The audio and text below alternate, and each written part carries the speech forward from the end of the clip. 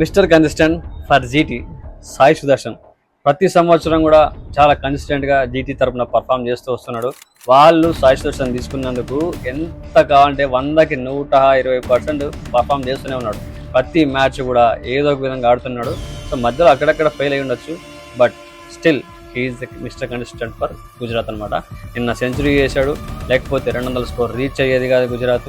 తను ఆ మాత్రం స్టాండింగ్ కన్సిస్టెన్సీ ఆ స్టాండింగ్ ఇవ్వకపోయి ఉంటే గుజరాత్కి నాట్ పాసిబుల్ అనమాట అంత స్కోర్ చేయడానికి.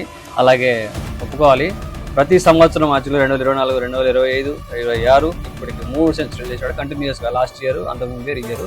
సో కంటిన్యూస్గా పర్ఫామ్ చేస్తున్నాడు. అందుకే he's the mister consistent for Gujarat అన్నది.